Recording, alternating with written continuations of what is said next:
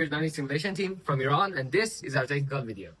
To begin developing our robot, we first defined each team member's role based on their interest, programming capabilities, and personalized strength. Once settled, we organized our tasks with a project-oriented approach, ensuring that we prioritize what was the most important to get the robot running efficiently. Hey everybody, I'm nasiri and I'm 16 years old. I love robots since I was a kid and I started robotic when I was 13. Since then, I've been working on different projects and improving my skills. In 2023, I got first place in autonomous delivery and third place in quest-based rescue at the Legion and Pacific competitions. And in 2021, I got first place in quest-based rescue in Norway Robocup. And in 2025, I got second place in rescue simulation at the regional Robocup. Hey everybody, I'm jafari. I'm missing line name, but you can feel free and just call me Amir. I have been friends with Taha since elementary school and Taha is who introduced me to robotic.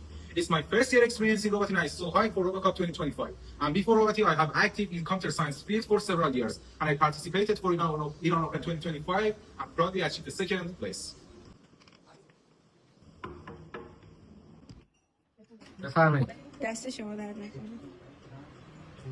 Hi, I'm rafia, 16 years old, and have been always obsessed with robotics. Electronics and programming are both a passion of mine, so I thought robotics is just the best combination of all my interests. I also have a year of experience with the Rescue Line League and earned the second place in the Rescue Simulation League in the regional Robocups. Hello again, I'm ershadi, the captain of the team.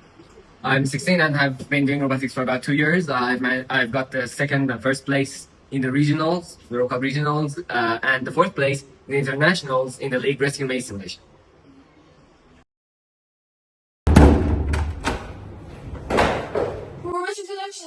This is an not-so-brief introduction of our robot's software and hardware design. Our robot was designed with practicality in mind, so how we achieved that is we first made the primitive version of the robot and changed and altered it when we came into contact with bugs, design flaws, or just changing the software and needing something different from the hardware. A prime example of that is our LiDAR system. We first developed a 2D point cloud which could map several tiles at a time, so we get more range out of our LiDAR system. So we moved it higher on the robot to get more range. Another design flaw of our image processing algorithm is that it needs the whole wall token in the frame at any time to correctly identify it. So, when we're really close to the walls, it won't detect or we'll have a misidentification.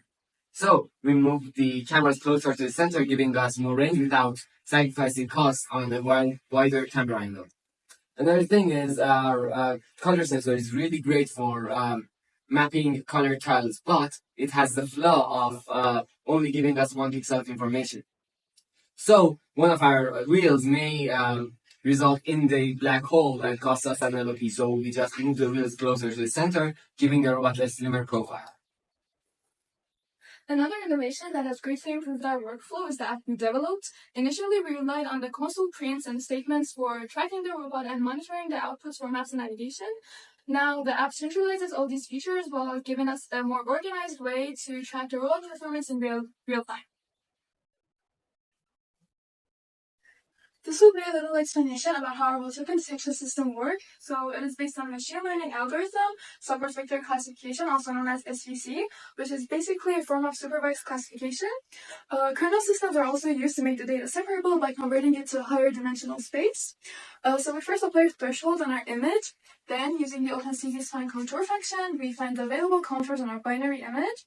Once available contour is found, we warp it to fit a standard format, which minimizes the complexity of our algorithm while maximizing the accuracy of it. Then our victims are labeled and given as datasets to train a machine learning model. Once done, we can import our model in our main program using the pickle library, which is a file format that allows us to save any kind of object inside it. And then that would be where our wall token type is predicted.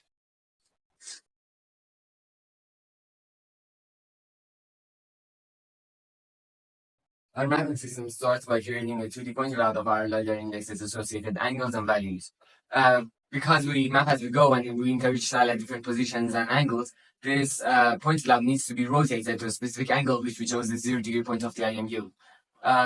Using the rotation matrix, which basically does multiplication, then this map is transformed into an Airbus acceptable format and joined together to give in at the end of the game for points or map accuracy multipliers. Anyone say? Thanks, Graham. And navigation and algorithm or pathfinding system start from correct position and begins by expanding outwards by checking if these surrounding tiles are accessible and assigns a number to this tile and continue this process to find unvisited tile. And once we found unvisited tile, now robot start to choose a path from the start point to that destination. To find the best path, the algorithm also considers the type of each tile and whether a robot needs to rotate when moving across it. This helps to choose the best and quickest rotate to nearest unvisited tile. In the game environment, the robot may experience distortion in its position caused by walls, obstacles, etc. So we came up with a movement system to recover from it.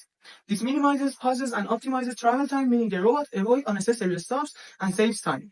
To achieve this, we use two separate proportional controllers, one to manage the distance roll from the target, and another to manage the angle error.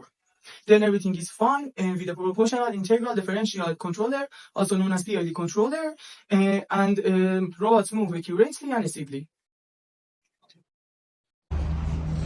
We're planning to write an essay on what we did in the League Rescue Maze simulation, and we're planning to bring a basic version of this algorithm to life in the real Maze League.